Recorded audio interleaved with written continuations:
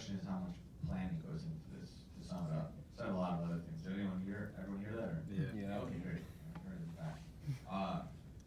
Yeah, I mean, the preparation on this movie, again, it was 10 years, so I would update the shot list, the storyboarding. I actually storyboarded the entire movie, which I don't normally do, but I did on this. I got made fun of for my storyboards,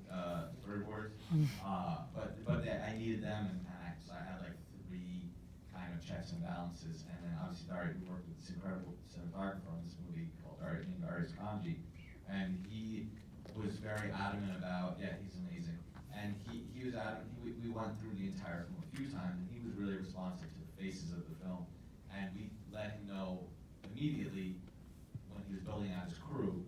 We don't put marks down for actors. We shoot our first rehearsal. We get that out of the way, and oftentimes the stuff's unusable, but at least you're getting it. It's like a tension release. You also get a blueprint of where the actors are gonna go. Naturally want to go. They're naturally okay. This is where they're going.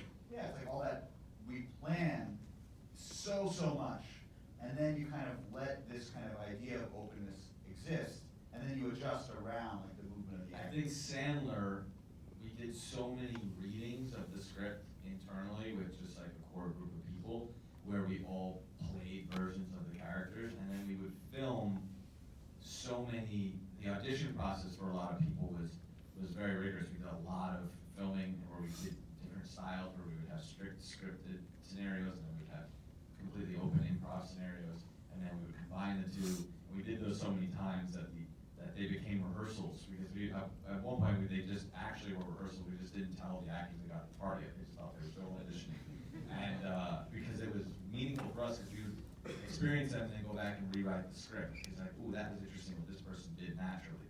So it's tricky, but we encourage people to obviously know the material really well, but feel free to do what they need to do, and we can always adjust our plan. And as like, if you talk over the other person, that's totally fine. Normally that's not okay. Like you need to stop, let the other person speak so that you can make an actual edit between them, and so you can also keep shape in the edit of like, okay, this person was here in this take, now they're over here. By not having marks and allowing people to kind of talk over one another, you're kind of creating almost an impossibility there.